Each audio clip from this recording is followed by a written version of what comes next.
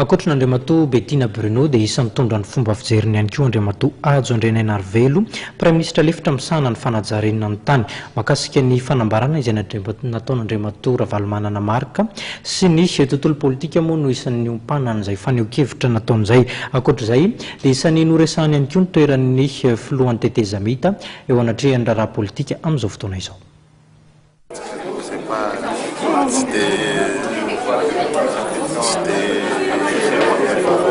Vous avez tsara kan latsaka ny voatarako. Ehoana zany ny kahany izy angamba tsara ny tanina aloha anazy.